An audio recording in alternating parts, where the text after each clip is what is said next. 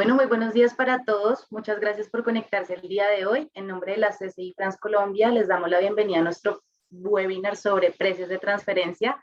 Este webinar lo hacemos con el apoyo de nuestra empresa afiliada Mazars. El día de hoy nos acompaña en nuestra charla Iris María Dávila, gerente senior de precios de transferencia. Iris es economista con experiencia en la ejecución, coordinación y desarrollo de servicios de precios de transferencia a nivel internacional. Tiene una amplia experiencia en el desarrollo de análisis financieros, de mercado e industriales con diversas aplicaciones. Cuenta igualmente con experiencia en asesoramiento técnico en materia de precios de transferencia y está involucrada en proyectos de planeamiento financiero y reestructuración de grupos multinacionales. También tiene experiencia en procesos litigiosos y administrativos con la administración tributaria y en procesos de coordinación de cumplimiento de deberes de precios de transferencia a nivel regional, sobre todo Latinoamérica. Si tienen preguntas, las pueden ir escribiendo en la parte de preguntas y respuestas o en el chat para que nuestra speaker les responda al final de la presentación. También les recordamos que subiremos en los próximos días a nuestra página web la presentación de la charla junto con la grabación de esta sesión y la podrán encontrar en www.france-mediocolombia.com. Adelante, Iris, y buenos días. Muy buenos días. Es un gusto para mí acompañarnos el día de hoy. Feliz Día Internacional de la Mujer a todas las personas que nos acompañan. El tema que vamos a desarrollar el día de hoy corresponde a actualidad en materia de precios de transferencia. Nos estaremos focalizando en 3 puntos en particular: los regímenes tributarios preferenciales, operaciones de financiamiento e intangibles. Digamos que esto es un compendio de la información que se ha estado publicando, tanto por las directrices de la OECD, que digamos son el órgano que de alguna manera marca la pauta en materia de precios de transferencia y cuyos direccionamientos de alguna manera recopilan las distintas administraciones tributarias y gobiernos para el desarrollo de sus legislaciones y también, digamos, como material de consulta al momento de hacer procesos administrativos y fiscalizaciones, y también puntualmente para el tema de regímenes tributarios preferenciales, el decreto que salió pues hace poco. Empecemos con regímenes tributarios preferenciales. Como les comentaba, recientemente salió el decreto 1357, en el cual, digamos, se reglamentan los criterios que se aplicarán para identificar regímenes tributarios preferenciales. Es importante puntualizar acá que a través de la ley o la reforma que se implementó en el 2016, se hizo un ajuste, digamos, en la forma como se mencionaba el tema de los paraísos fiscales en el decreto 260 rayas, en el artículo 260 rayas 7, en el cual pasamos de llamarlos paraísos fiscales para llamarlos jurisdicciones no cooperantes de baja o nula imposición o regímenes preferenciales. Hasta la fecha no se había regulado el tema de regímenes tributarios preferenciales, no había salido este decreto en el cual se establecía cuáles eran esos regímenes que debían ser considerados bajo esta connotación. Lo que teníamos a esa fecha era el decreto reglamentario del 1666 del año 2014, en el cual se establecía toda una serie de listado de países que debían ser considerados como jurisdicciones no cooperantes de baja o nula imposición. Con este decreto, en el cual ya se establecen, digamos, los criterios aplicables para el tema de regímenes tributarios preferenciales, pues entran ya, digamos, a aplicar desde el punto de vista práctico todo el tema de las retenciones y las obligaciones o deberes formales en materia de precios de transferencia para los regímenes que se denominen de esta forma. ¿Cuál es el punto acá, digamos, muy importante a resaltar? A diferencia de las jurisdicciones no cooperantes de baja o nula imposición, donde tenemos un decreto en el que se especifica taxativamente estos son los países que se deben considerar y para los cuales se debe tener muy presente el tema de las retenciones diferenciadas y pues las obligaciones formales en materia de precio de transferencia, independientemente de que sean vinculados o no. Para el tema de regímenes tributarios preferenciales, el decreto lo que establece es que tanto la administración tributaria como los contribuyentes deben verificar dentro del listado de regímenes tributarios preferenciales establecidos por el Foro de Prácticas Fiscales Perniciosas de la OCDE aquellos que cumplan con una serie de criterios, que son los que se enumeran a continuación. De esta manera, corresponde tanto a la administración tributaria como al contribuyente hacer un ejercicio muy minucioso para determinar efectivamente de ese listado cuáles deban ser considerados como regímenes tributarios preferenciales a la luz de la legislación colombiana. Estos criterios a evaluar, digamos, son criterios que están muy propensos a interpretación y que requieren un análisis muy, muy minucioso. Como podemos ver, algunos establecen el revisar si existen tipos impositivos más bajos a los que aplicarían en operaciones similares en Colombia. Dada la tasa impositiva colombiana, pues muchos caerán bajo este criterio. El tema de que exista efectivamente intercambio efectivo de información entre las administraciones tributarias, que no exista transparencia a nivel legal, reglamentario o administrativo, la inexistencia del requisito de una presencia local sustantiva. Este criterio es bien difícil, digamos, de evaluar, dado que la única forma de saber si una entidad tiene o no sustancia económica es entrar a revisar a detalle e inclusive dirigirse hasta la jurisdicción en la cual está ubicada. Y si corresponde con un régimen al cual solo tengan acceso personas o entidades consideradas como no residentes de la jurisdicción en la que opera el régimen tributario preferencial o el ring fencing. Considerando que, a diferencia de las jurisdicciones no cooperantes de bajo o nula imposición, en las que hay un listado taxativo, hay algunos aspectos que pudieran generar futuras fiscalizaciones, y es el hecho de que, dado que está abierto, digamos, a la interpretación de cada uno de los criterios, pudieran haber diferencias entre lo que la administración tributaria contempla como un régimen tributario preferencial y sobre el cual se deban practicar las retenciones correspondientes y operaciones que deban ser sujetas a deberes formales de precios de transferencia, y lo que a su vez el contribuyente considere un régimen tributario preferencial. Es posible que a futuro existan, digamos, una gran cantidad de fiscalizaciones en esta materia. Así, consideramos que es de vital importancia que se hagan los análisis correspondientes con el debido tiempo, que se haga un proceso de documentación, digamos, de las razones por las cuales se considera que un régimen tributario preferencial potencialmente aplicable es o no es para efectos de la legislación colombiana, dado que pues, es muy posible que se tenga que documentar, soportar y defender a futuro. Es muy importante considerar que cualquier situación en la que haya una diferencia, las implicaciones que esto conllevaría es, en primera instancia, al no aplicar la retención correspondiente, estas operaciones serían no deducibles, y independientemente de que esa operación se lleve a cabo con un vinculado o no, bajo esta reglamentación debería ser sujeta al régimen de precios de transferencia, por lo cual pudiera traer también en consecuencia sanciones por extemporaneidad en la presentación de la declaración informativa y de la documentación comprobatoria. Pasamos a el tema de operaciones de financiamiento. Hace ya más de un año, la OECD emitió un paper en el cual, pues, de alguna manera daba toda una serie de alineamientos en relación a los análisis de precios de transferencia para este tipo de operaciones en específico, y comentarios acerca de cuáles eran las distintas variables que se deberían revisar a la luz de la definición de la operación como una operación de financiamiento o no. Esto quedó recopilado, a su vez, en la nueva versión de las directrices de la OECD en materia de precios de transferencia que fueron emitidas en enero del presente año. ¿Cuál es la novedad en este sentido? A la fecha, la OECD no tenía un capítulo específico para operaciones de financiamiento.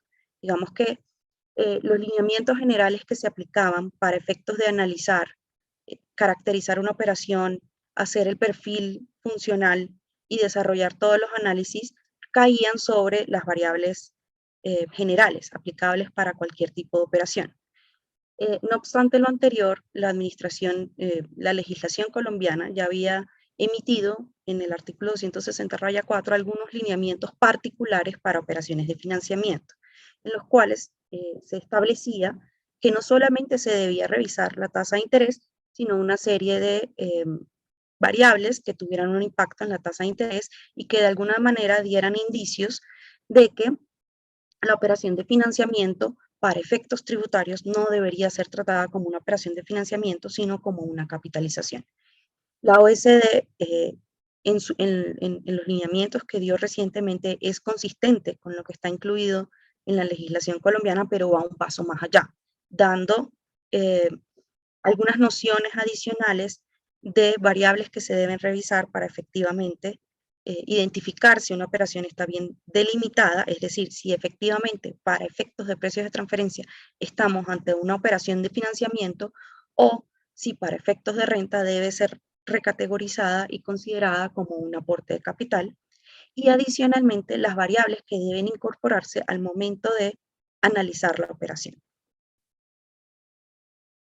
A continuación, pues, se muestran algunas de esas variables que se deben considerar para efecto de verificar si la caracterización de la operación es consecuente con la caracterización, o sea, con las variables o con los términos y condiciones que observaríamos en el mercado en un tipo de operación similar, eh, llevada a cabo entre terceros. Entonces, dentro de algunas de las variables que se mencionan está la presencia o ausencia de una fecha de pago fija.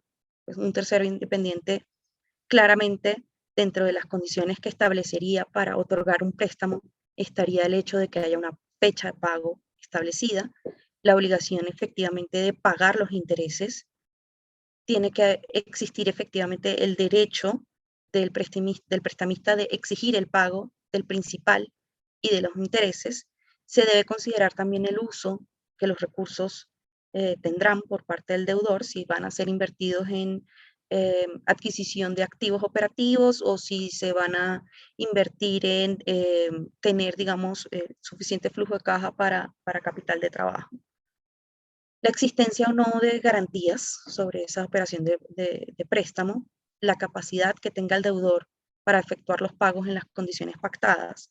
Efectivamente que si yo me estoy comprometiendo a hacer el pago en el transcurso de un año, yo tenga la posibilidad de demostrar que de acuerdo con mi estructura financiera, yo estoy en capacidad de hacer el pago en un año y no a largo plazo, o que no haya realmente en un horizonte de mediano o largo plazo la posibilidad de hacer el pago.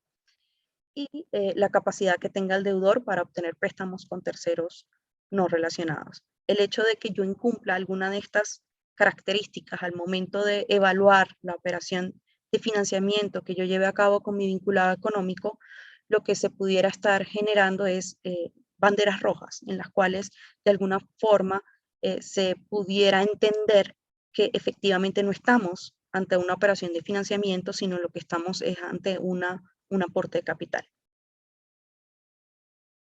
Ahora, todas estas variables que se han mencionado, pues aparte de hacer una revisión para efectos de la delimitación de la operación, muchas de ellas también se deben ir incorporando en el momento de hacer el análisis funcional y pues también se deberán traducir en variables a considerar al momento de hacer el análisis económico de las operaciones. Todas estas variables son consecuentes con, digamos, las características que generalmente se revisan en todo tipo de operaciones, como lo son los términos contractuales de la transacción, las funciones, activos y riesgos asumidos, las características de la operación, en este caso del instrumento financiero, las circunstancias económicas de las partes y del mercado, y las estrategias de negocio. A continuación vamos a ir revisando cada una de estas condiciones y colocando ejemplos prácticos para mirar cómo esto se traduce en el análisis funcional, la delimitación de la operación desde el punto de vista de operación de financiamiento como tal y el análisis económico. En los términos contractuales de la transacción, que generalmente solemos ver, dentro de los contratos de las operaciones de financiamiento o la documentación que soporte los términos y condiciones bajo las cuales se llevan a cabo estas operaciones, generalmente identificamos cuáles son las partes que están involucradas, cuál es el monto del capital, cuál es la tasa de interés definida, cuál es la moneda del capital, la fecha en la que efectivamente se pactó el acuerdo. Esto es muy importante, dado que la volatilidad en este tipo de operaciones es muy recurrente, es decir, cualquier cambio que se observe en el mercado o en las percepciones que hay en el mercado, inmediatamente se traduce en una fluctuación en la tasa de cambio. Entonces, no es lo mismo pactar una tasa de interés o una operación de financiamiento y evaluar cuál es la tasa de interés del mercado si yo me paro, digamos, en enero de 2020, en donde estábamos en una situación prepandemia, unas condiciones de mercado totalmente diferenciadas, a que yo evalúe cuál es la tasa de interés aplicable para una operación de financiamiento que fue pactada en septiembre del 2020, donde, digamos, muchos de los gobiernos ya habían puesto en práctica muchas medidas económicas, dentro de las cuales estaba bajar las tasas de interés como mecanismo para impulsar el mercado, la economía. La fecha de vencimiento, que también está atada, digamos, al término de la operación, cuál es el plazo, ahí verificamos que efectivamente hay una fecha establecida, fija para el pago, y adicionalmente vemos cuál es el término de la operación. Efectivamente, si es una operación de financiamiento de corto plazo, mediano o largo plazo, y digamos cuál es la percepción de riesgo dependiendo de la connotación de esa operación de financiamiento. La exigibilidad del pago, en algunos casos se puede ver cuál va a ser el uso de los fondos por parte del deudor y verificamos si es que hay alguna cláusula de interés moratorio, es decir, si llegase a haber algún incumplimiento en los términos de pago pactados, si es que ya viene implícita la obligación de pagar una tasa de interés por incumplimiento. A manera de ejemplo, colocamos la siguiente situación. Una compañía A recibe de su parte relacionada a B un préstamo de 8 millones de dólares por hace 5 años. El vencimiento inicial del préstamo es de 1 año, pero este ha sido renovado automáticamente por 5 años consecutivos. La tasa de interés corresponde al 3% anual. Adicionalmente, la parte deudora tiene una calificación crediticia que corresponde a CCC y no existen proyecciones cercanas de mejora financiera por parte de la compañía. Entonces aquí existen varios cuestionamientos que se pueden realizar. El primero pudiera ser en términos de si efectivamente estamos ante una operación de corto plazo. Si yo me voy al contrato y veo, digamos, el término por el cual viene definido, en estricto sentido se estaría refiriendo a una operación de corto plazo, porque tiene un término de 1 año, más allá de que se esté renovando año a año. Sin embargo, la realidad es que aun y cuando el préstamo fue pactado por 1 año, se viene renovando automáticamente año a año por 5 años consecutivos.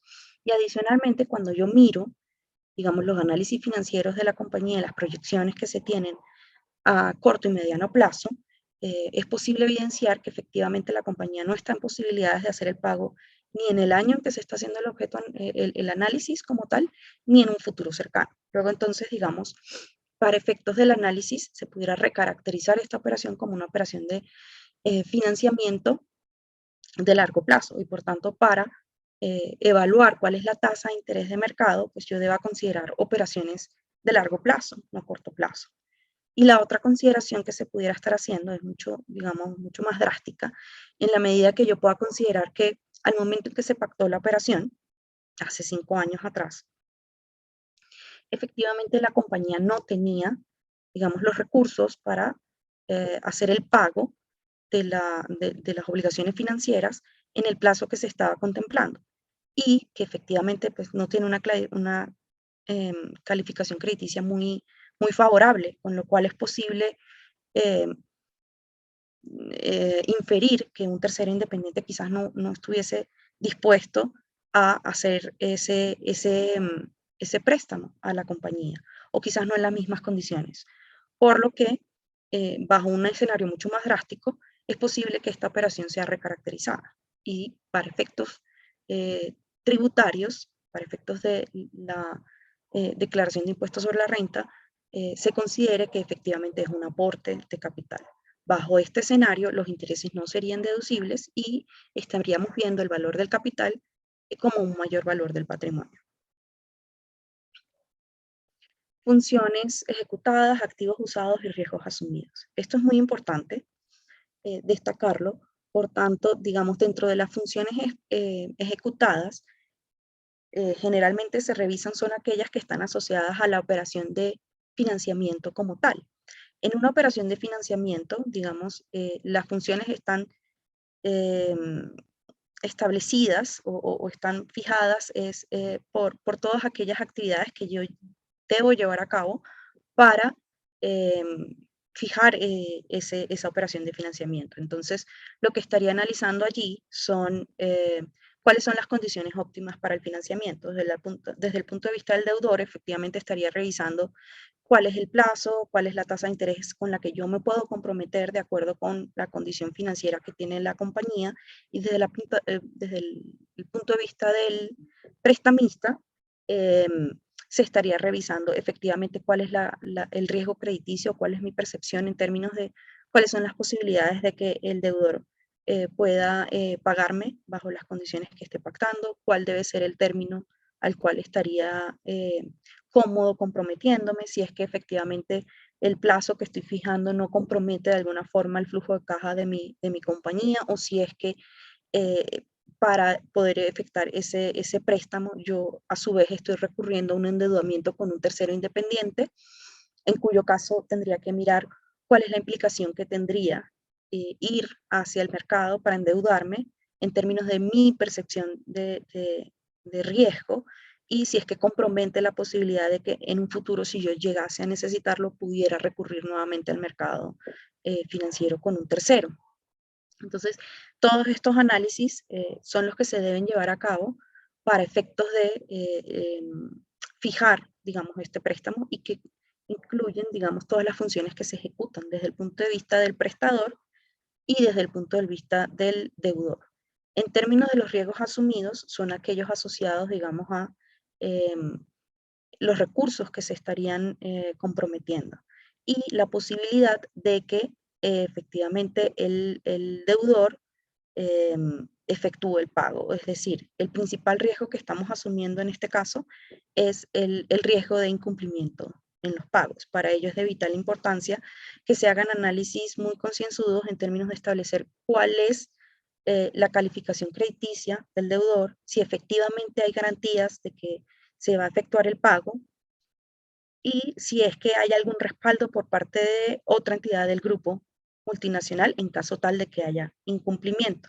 Ahora, no necesariamente el prestamista sea quien efectivamente desarrolle todas las funciones que se han mencionado, o quien efectivamente esté asumiendo los riesgos, bien sea porque no está en capacidad de gestionarlos, o bien sea porque efectivamente la capacidad para asumir eh, las consecuencias financieras de que haya un incumplimiento no está en cabeza del prestamista, sino de otra entidad del grupo multinacional. Entonces, en este caso se incluye a consideración el siguiente ejemplo, y es la empresa A le adelanta fondos a la empresa B.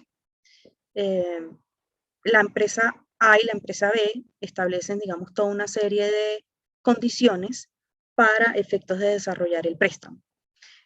Sin embargo, digamos, la empresa A, en este caso la prestamista, no tiene el control sobre las condiciones efectivas, sobre los riesgos que se están asumiendo, y tampoco tiene la capacidad financiera de asumirlos. En este caso, la empresa A está actuando como un vehículo y siguiendo las directrices de la empresa P, que es la casa matriz. Y sería esta, la casa matriz, quien asumiría los riesgos en caso tal de que haya un incumplimiento. Como podemos ver en este caso, gran parte de las funciones y la totalidad de los riesgos están siendo o están quedando en cabeza de la casa matriz. En este caso, dentro del análisis de precios de transferencia, se debe evaluar si efectivamente la empresa A debe ser remunerada a través de una tasa de interés que recoja todos los riesgos asociados a el préstamo que se está siendo otorgado a la empresa B, o si simplemente debe ser retribuida con una tasa libre de riesgo. Y el excedente, digamos, todos los spreads asociados a los riesgos de incumplimiento por parte de la empresa B, de la industria en la cual opera, del país, de la moneda y demás, deban quedar en cabeza de la casa matriz.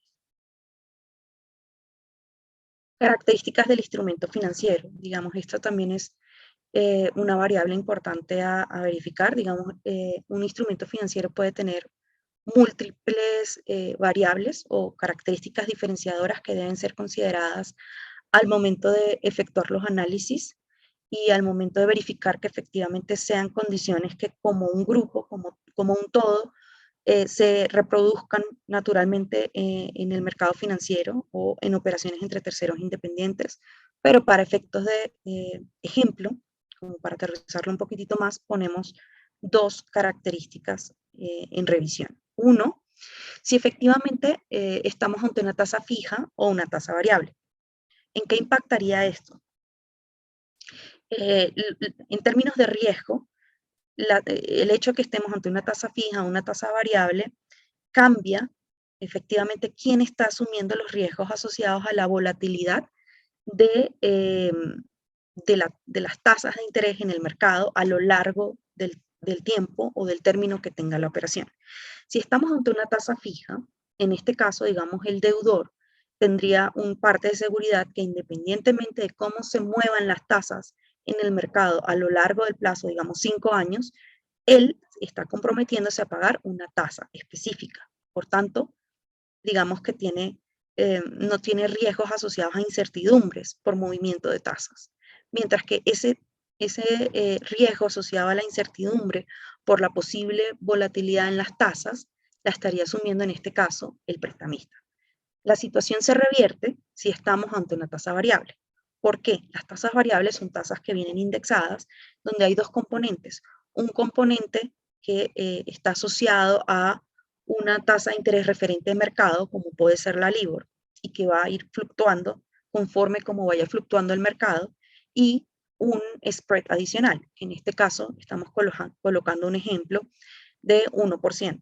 Generalmente ese spread adicional lo que incluye es aquellas diferencias en la percepción de riesgo, bien sea por la calificación crediticia del deudor o del país en el cual está haciendo negocios o de la industria o bueno, cualquier otra variable que se esté considerando para efectos de determinar el riesgo específico de esa operación. Como pueden ver ante esta situación, digamos, el riesgo de la variabilidad de la tasa en el mercado o de que se disparen las tasas en algún punto de la operación a lo largo de esos 5 años lo asume el deudor, no el prestamista. Por otro lado, también está otra variable que pudiera estar asociada a la calificación que tiene el préstamo, si el préstamo, estamos ante un préstamo asegurado, no asegurado o subordinado. Esto también tiene algunas implicaciones desde el punto de vista de la percepción de riesgo. No es lo mismo estar ante un préstamo subordinado a estar ante un préstamo asegurado. Si efectivamente se está llevando a cabo una operación de préstamo subordinado, ¿qué implicancias tendría? Si es que llegara a haber una situación extrema en la que la compañía tiene que declararse en bancarrota, si yo soy el prestamista de una operación de financiamiento subordinado, yo tengo que esperar a que la compañía cumpla con todos los deberes que tiene con proveedores, o alguna otra operación de financiamiento que tenga con terceros, para luego sí, que una vez que haya cumplido con todas esas obligaciones financieras, me pague. Mientras que si yo tengo un préstamo asegurado, de alguna manera, yo estoy de primero en la fila, ¿sí? Entonces, las posibilidades de que efectivamente honren esos compromisos son mucho más altas que en el caso de un préstamo subordinado. Las circunstancias económicas de las partes y del mercado. Digamos que para efectos de cómo se recoge estas circunstancias, para efectos de un análisis de un préstamo, generalmente esto queda recogido dentro de lo que es la calificación crediticia de la parte deudora. Digamos que cuando se hacen los análisis para hacer la calificación de la parte deudora, no solamente se contempla la situación financiera como tal de la compañía, digamos, cuáles son sus activos totales, cuáles son sus pasivos totales, cómo es su relación de activo circulante contra pasivo circulante, cuáles son los ingresos, cuál es su utilidad neta, sino que también se incorporan variables asociadas a la industria en la cual opera el deudor. ¿Por qué se incluye la industria? Definitivamente no es lo mismo el nivel de riesgo asociado a una industria como pudiera ser la industria de oil and gas, que suele ser pues, altamente variable, muy volátil, frente a una industria que sea un poco más estable, como pudiera ser la industria de los alimentos, pues dadas las connotaciones que tiene este tipo de bien, suelen no reaccionar tan drásticamente a cambios en las distintas economías.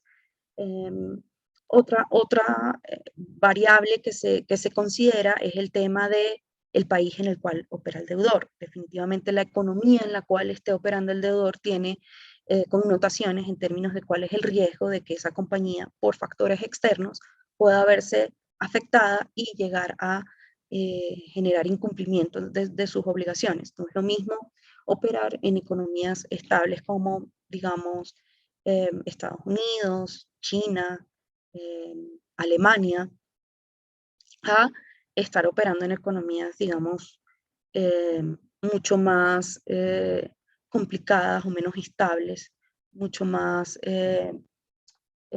afectadas por variables de tipo gubernamental u otras, como puede ser Argentina o Venezuela o Guatemala. Digamos, las percepciones de riesgo allí son totalmente distintas.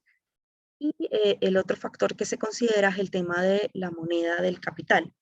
Eh, no es lo mismo, digamos, llevar a cabo operaciones en una moneda dura, referente internacional, como puede ser el dólar, como puede ser el euro, como puede ser el yen, frente a otras monedas que son mucho más susceptibles a procesos de devaluación, como puede ser el peso, digamos, en una medida mediana, o como puede ser los pesos argentinos, o pues otra moneda que esté, digamos, en una economía altamente inflacionaria. Todas estas situaciones se tienen que evaluar al momento de hacer, digamos, el análisis de la calificación crediticia del deudor, y también se deben considerar al momento de buscar los referentes en términos de las tasas de interés que aplicarían desde el punto de vista de los comparables. Las estrategias de negocio también deben ser evaluadas. Digamos que si efectivamente estamos en una operación en la que estamos iniciando actividades, pues es posible que al hacer el análisis financiero de la compañía, pues digamos que la relación de activo-pasivo no sea tan favorable, porque pues apenas está en ese proceso de iniciar operaciones. Entonces se debe considerar al momento de hacer los respectivos análisis y hacer las calificaciones de riesgo. Y adicionalmente se deben considerar dentro de las estrategias de negocio si, por ejemplo, está en proceso de negociación y se tiene, digamos, una expectativa muy, muy alta de que se cierre un negocio en el cual tenga un impacto muy importante dentro de los ingresos de la compañía. Entonces, si yo estoy haciendo el préstamo, yo estoy llevando a cabo el préstamo para poder adquirir un activo operativo que necesito para esta negociación que estoy haciendo y que ya estoy cerrando y que va a asegurarme un nivel de ingresos en el largo plazo, o sea, a largo plazo, no en el largo plazo, sino a largo plazo, pues debo considerarlo también al momento de mirar cuál es la calificación crediticia, cuál es la perspectiva de riesgo asociada a esa operación de financiamiento. Dentro de las operaciones de financiamiento, también, digamos, se tiene que observar el modelo económico como un todo bajo el cual se está desarrollando. Puede que las operaciones de financiamiento se estén dando de una manera aislada. Por ejemplo, en Colombia se identifica la necesidad de obtener recursos adicionales y bueno, se tiene conocimiento que en Chile, por ejemplo, hay una compañía que está registrando excedentes de flujo de caja y que está en la posibilidad de hacer el préstamo, y que, bueno, se pacta ese préstamo entre las dos, previo acuerdo entre las dos partes, o que la operación de financiamiento venga enmarcada dentro de las gestiones de un cash pooler, ¿sí? Un cash pooler corresponde a una sociedad, un tercero, cuyo razón de ser o cuya operatividad consiste en identificar en el grupo multinacional cuáles son las entidades que están teniendo excedentes de flujo de caja y cuáles son aquellas que están requiriendo de capital para sus operaciones, bien sea por un tema de capital de trabajo o para invertir. Y pues esta compañía lo que hace es servir de vínculo entre ambas entidades. En este caso, digamos, aparte de hacer el análisis efectivo de cuál debería ser la tasa de interés aplicable para la operación de financiamiento, también se debe revisar cuál es la remuneración que debe tener el cash pooler por su actividad. Y dentro, digamos, del perfil funcional que tiene el cash pooler, existe una gran cantidad de posibilidades. Puede que el cash pooler solamente esté actuando como un intermediador, pero que efectivamente los riesgos queden en cabeza, en este caso de los prestamistas. Puede que el cash pooler está yendo un paso más allá y efectivamente desde el cash pooler se estén generando direccionamientos en términos de cuál debe ser la política financiera del grupo como tal, o inclusive puede ser que todos estos direccionamientos no estén en cabeza del cash pooler como tal, sino de una cuarta entidad que pueda ser casa matriz o alguna otra entidad que tenga, digamos, esas funciones y riesgos asociadas, en cuyo caso se debe hacer el análisis, digamos, de la operación como un todo, incluyendo cuál es la figura del cash pooler y si es que efectivamente la capacidad de asumir los riesgos está en cabeza del prestamista, del cash pooler o de una cuarta entidad involucrada en la operación. Efectivamente, dentro, digamos, de ese análisis de cuál es el perfil del cash pooler, se deben tomar en consideración todas las variables asociadas a el prestador de un servicio, verificando efectivamente las funciones, activos y riesgos que está generando el cash pooler y revisando cuál debe ser la remuneración de mercado asociadas a cada una de esos funciones, activos y riesgos que está desarrollando. Otra variable a revisar en el tema de las operaciones de financiamiento corresponde al tema de la asociación pasiva. ¿Qué es asociación pasiva? Asociación pasiva son todos aquellos beneficios a los que una entidad puede acceder por el solo hecho de ser parte de un grupo multinacional reconocido en el mercado. ¿Qué quiere decir? Que son beneficios a los que yo accedo solo por formar parte de un grupo multinacional. Quiere decir que, digamos, nadie o ninguna entidad, ningún funcionario dentro del grupo multinacional está haciendo una gestión activa para asegurarse de que los miembros del grupo accedan a este tipo de beneficios, sino que se da de manera incidental. Simplemente cuando yo me acerco a pedir un préstamo ante un tercero independiente, el tercero independiente no me ve a mí como individuo o como compañía en solitario, sino que evalúa el hecho de que yo formo parte de un grupo multinacional, digamos. No soy una entidad única y aislada, sino que formo parte de un todo, que es un grupo multinacional. Y con base en esa percepción, me da, digamos, algunos beneficios, como por ejemplo, que afecte positivamente la calificación crediticia del deudor o que acceda a términos de pago mucho más favorables. Pero nuevamente, esto se da sin que alguien del grupo multinacional ejecute una acción para que esto suceda. Al momento de incorporar el tema de la asociación pasiva en el análisis de las operaciones de financiamiento, hay que tener muchísimo cuidado, porque digamos que las variables que se deben analizar, si es que en efecto yo tendría un efecto de asociación pasiva en una operación de préstamo ante tercera independiente, son muy subjetivas. Yo tengo que entrar a verificar efectivamente qué tan importante es la actividad que desarrolla la compañía deudora. Tengo que entrar a verificar efectivamente qué tan directa es la relación de capital entre la casa matriz o casas matrices intermedias, la última o intermedias, con la entidad deudora, efectivamente qué tan estratégica es esa entidad, qué tan importante es el mercado en el cual opera esa entidad para el grupo multinacional y demás. Y dejarlo muy bien documentado en el caso tal de que efectivamente optemos por considerar la asociación pasiva en el análisis de una operación de préstamo. Otro tema que se ha estado considerando en los últimos tiempos es el tema de los intangibles. En efecto, digamos, las nuevas directrices de la OECD aportan elementos en materias de intangibles, tanto intangibles como intangibles difíciles de valorar.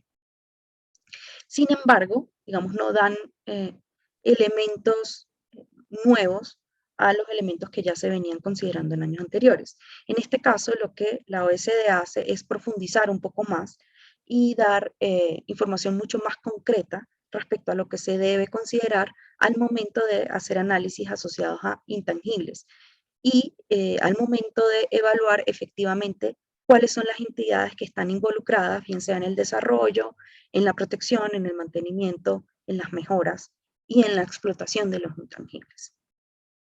Esto con el propósito de evitar que hayan doble imposición o diferencias en términos de los criterios que se aplican por las distintas administraciones tributarias o los contribuyentes al momento de evaluarlos. En este punto es importante resaltar o mencionar dos temas en particular. Uno, a través del capítulo aplicable a intangibles, se menciona constantemente que efectivamente el hecho de que exista un intangible no quiere decir que deba ser remunerado con una compensación especial o adicional a aquella que se vendría generando por el mero hecho de la venta de un bien o de un servicio. Que para efectos de que efectivamente se genere una compensación asociada al uso intangible, no es suficiente identificar que estamos ante la presencia de un intangible, sino que también se debe verificar y documentar que este intangible efectivamente nos da es un intangible diferenciador, que nos da una mejor posición comercial en el mercado, que implica que podamos acceder a una mayor rentabilidad o que de alguna forma implique que yo pueda tener una estructura de costos más eficiente y que finalmente esto se plasme en una mayor rentabilidad para la compañía. Y el otro punto es que efectivamente no podemos limitarnos a verificar quién es el propietario de los intangibles, quién tiene registrado legalmente la propiedad de los intangibles, sino que se tiene que hacer un análisis muy concienzudo en términos de quién efectivamente está involucrado, quién está desarrollando funciones para efectos del desarrollo de los intangibles, quién está asumiendo los riesgos, desde qué entidad se están gestionando, qué entidad realmente tiene la capacidad para asumir si es que llega a materializarse algún riesgo asociado a los intangibles, quién desarrolla las labores de protección, quién está en cabeza del desarrollo de las mejoras y quién está asumiendo los riesgos asociados a estas funciones. Y verificar que efectivamente todas y cada una de estas entidades estén siendo remuneradas apropiadamente. Con lo cual, después de hacer todo este análisis, es posible que el propietario del intangible como tal no deba ser remunerado, porque simplemente es, digamos, una figura que está allí, digamos, en cabeza de la propiedad legal, pero que efectivamente no tenga una sustancia, no esté desarrollando labores para el desarrollo, no esté asumiendo riesgos y no tenga la capacidad financiera para asumirlos. O puede que después de ese análisis se concluya que efectivamente el propietario del intangible sí está llevando a cabo algunas funciones, sí efectivamente tiene la capacidad financiera para asumir la materialización del riesgo y que por tanto sí deba ser remunerado de X o Y manera de acuerdo con, digamos, ese análisis o ese bosquejo que se está efectuando de todas y cada una de las entidades involucradas. Otra pregunta que digamos no es nueva, es una pregunta que se está planteando desde hace mucho tiempo y para el cual, digamos, hay administraciones tributarias con distintas posturas, es si los intangibles deben ser analizados a través de un PC o de un TU. ¿Qué es un PC? Es un método a través del cual se analiza el precio de la operación con un precio comparable no controlado, es decir, el precio que se pactan entre terceros independientes en operaciones similares. En el caso de un intangible, pudiera ser, por ejemplo, el pago de una regalía por el uso de una marca. Entonces, si yo voy a analizarlo a través de un PC, digamos, lo que se haría es revisar contratos suscritos entre terceros independientes por el uso de una marca asociada a alguna industria en particular y verificar si la regalía que estoy pagando a mi vinculado económico está dentro de ese rango de mercado establecido. O si se analiza a través de un TU, que es, o cómo se aplica el TU. Generalmente el TU lo que hace es comparar rentabilidades a nivel operativo. La rentabilidad operativa, por ejemplo, que está obteniendo la compañía que paga la regalía y que dentro de su estructura de costos y gastos está incluyendo ese gasto, y la rentabilidad operativa que están registrando terceros independientes. Y verificar si efectivamente, una vez que yo efectúo ese pago, mi rentabilidad, la rentabilidad que yo estoy obteniendo es similar a la que obtienen terceros independientes que llevan a cabo actividades similares a las mías. Desde esta óptica, lo que yo estoy midiendo es la proporcionalidad del gasto. Bajo este análisis, digamos, si la compañía llegara a tener pérdidas o llegara a tener rentabilidades por debajo de aquellas obtenidas por terceros independientes comparables, la conclusión sería que el pago de la regalía no cumple con el principio de plena competencia. Entonces, bajo este análisis pudiera tener conclusiones distintas a las que aplicaría si tengo el PC, donde yo estoy viendo solamente el pago del porcentaje como tal sobre los ingresos que estoy pagando y no estoy evaluándolo a la luz de si efectivamente tengo o no rentabilidades o si mi rentabilidad operativa está dentro o no del marco del rango de mercado. ¿Cuál es, digamos, la discusión que se plantea acá? Efectivamente, si yo estoy pagando una regalía, las administraciones tributarias o los funcionarios que defienden el TU dicen, si yo estoy haciendo el pago de una regalía y no estoy generando ingresos o las rentabilidades o las rentabilidades que estoy generando no están dentro de los rangos de mercado, esto pudiera ser un indicio de que efectivamente el intangible no me está generando un factor clave diferenciador dentro del mercado en el que opero y que por tanto no deba ser remunerado como tal. Las personas o los funcionarios o las administraciones tributarias que permiten el uso del PC, dentro de su línea de argumentación, lo que dicen es el hecho de que una compañía no esté registrando rentabilidades en un año dado, no necesariamente está explicado por el pago de la regalía como tal, porque pues la rentabilidad operativa de una compañía puede estar afectada por una gran cantidad de variables, ¿sí? No necesariamente el pago de la regalía. Puede estar afectada por situaciones de mercado, por situaciones de industria, puede que esté en una situación particular en la que esté haciendo alguna inversión importante. Se tendría que hacer un análisis mucho más profundo para determinar si efectivamente el intangible es o no es valioso en términos de que me dé un posicionamiento estratégico o me permita generar rentabilidades extraordinarias. Bueno, hasta acá llega, digamos, la exposición de los puntos que se han planteado para esta conversación o para la mañana del día de hoy. No sé si tengan alguna duda, inquietud o comentario. Sí, hola Iris.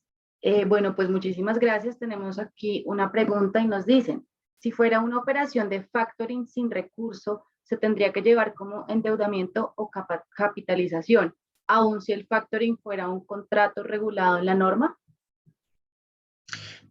Digamos que para el caso de la recaracterización de operaciones de financiamiento en el artículo 260-4 hace énfasis en que este tipo de operaciones o este tipo de situaciones deben evaluarse a la luz de operaciones de préstamo en particular.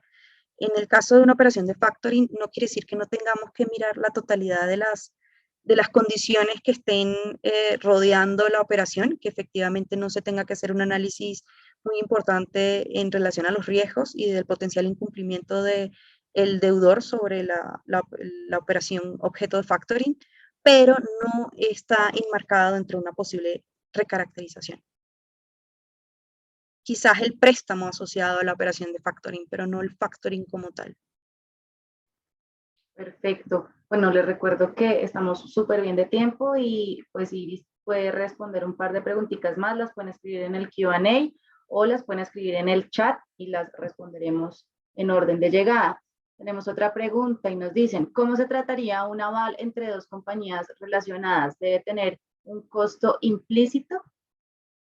Sí, bueno, en el término del aval se tienen que evaluar dos situaciones particulares. Si efectivamente se está dando un aval, para efectos de que haya un aval, efectivamente se debe poder comprobar que la compañía que está dando el aval está en primera instancia haciendo una actividad específica, o sea, sí está invirtiendo funciones y recursos para generar ese aval y que efectivamente sí se está trasladando el riesgo de incumplimiento a la compañía que da el aval. Si efectivamente desde el punto de vista de sustancia económica es posible comprobar que estamos ante una situación de un aval, sí debe haber una remuneración específica asociada al aval que se está otorgando. Ok, perfecto. A mí por interno me preguntaron que por dónde te podemos contactar. Me pueden contactar al correo electrónico iris.davila@mazars.com.co o a mi celular, el 315-612-5803. Estoy abierta pues a cualquier inquietud que puedan plantearme. Con mucho gusto les estaría dando respuesta a través de cualquiera de estos medios.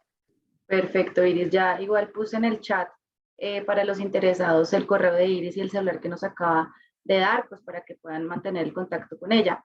Nos hacen otra pregunta, nos dicen, si no se cumple una de las variables, ¿se considera capitalización? No automáticamente, se tiene que hacer un análisis concienzudo de todas y cada una de las variables y también depende de cuál es la variable que no se está considerando. Por ejemplo, puede que una operación no tenga una garantía implícita y esto no es es una situación en la que rotundamente podamos decir se tiene que recaracterizar la operación. Pero si estamos ante una variable mucho más crítica, por ejemplo, que no haya una fecha fija de pago, esa variable sí, digamos, es de mucho peso. Perfecto, Iris. Pues bueno, por el momento no tenemos más preguntas. Yo te agradezco muchísimo por tu tiempo. La verdad fue una charla muy interesante. Gracias también a todos los participantes. Esperamos pues volvernos a reencontrar próximamente en estos webinars, que saben que el espacio es para todos ustedes. Entonces, pues bueno, Iris, muchas gracias y gracias a todos. Con gusto. Que tengan todos muy buen día.